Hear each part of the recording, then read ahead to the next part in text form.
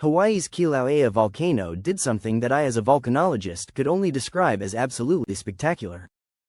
Yesterday, at 1:30 p.m. local time on March 26, 2025, for a moment a lava fountain that towered upwards reached a height of 1,513.5 feet or 461.3 meters above the erupting dual summit vents. While this height was not sustained for long, it marked the single tallest lava fountain in the entire Hawaiian island chain to form in a whopping 56 years, meaning this was a once-a-generational event. While truly sustained lava fountain heights were a bit lower, for more than 2 hours they remained at a continuous height of 1,000 feet or more. As you might expect from such a spectacle, the observation areas, parking, and general summit area at Hawaii Volcanoes National Park were completely packed, likely marking the park's busiest day in decades. However, those who did manage to find parking might have gotten a bit more than they asked for. While no one was harmed, do note that this eruption of Kilauea is not completely effusive. Instead, as you can see by the brown cloud surrounding the lava fountain, and the falling lapilli seen for a lengthy period of time on the USGS webcams, this eruption is ever so slightly explosive.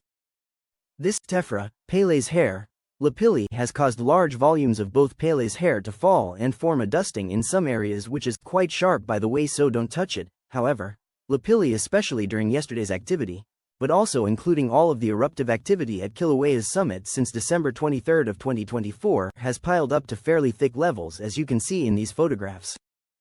Because of this, I would just barely assign Kilauea's ongoing eruption a volcanic explosivity index of a 1, indicating that more than 10,000 cubic meters of tephra has been produced.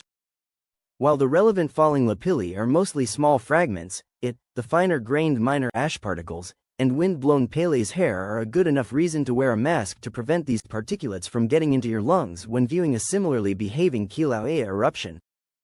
Cause of tall lava fountains. With this being said, why are Kilauea's lava fountains seemingly getting progressively taller during each of its subsequent episodes? While yes, additional volatiles or more silica-rich magma can generate taller lava fountains, in my opinion something else is to blame here, possibility in addition to both of these two factors.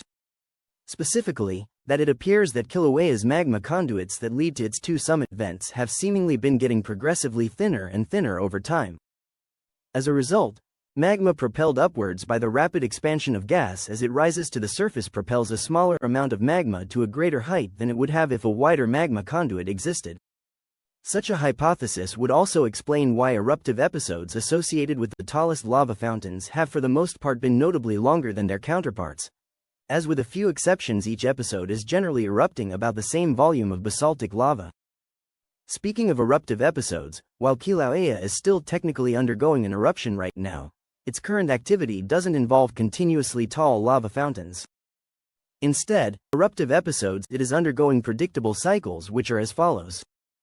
At the beginning of each episode, dozens of cycles of weak lava effusion, lava rise and fall in the two summit vents, and small spatter fountains occur via what is known as gas pistoning. This activity gets progressively stronger over time until weak intermittent lava fountaining becomes stronger continuous lava fountaining. These lava fountains then progressively increase in height until they reach their peak, ejecting tephra and creating several hundred-foot-high lava fountains which remain for several hours. Lava fountains then decrease in height until the visible lava effusion ceases, and as a portion of the recently emplaced lava flows drain back below ground, only weak orange glows are visible occasionally from the summit vents. No lava effusion of any kind occurs during the next step, marking the vast majority of each eruptive episode. The cycle then repeats, with 15 episodes having occurred so far since the onset of this episodic activity on December 23 of 2024.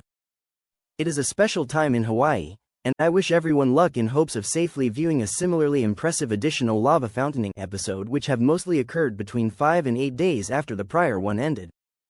As a final note, I would like to thank this channel's patrons on Patreon and channel members on YouTube.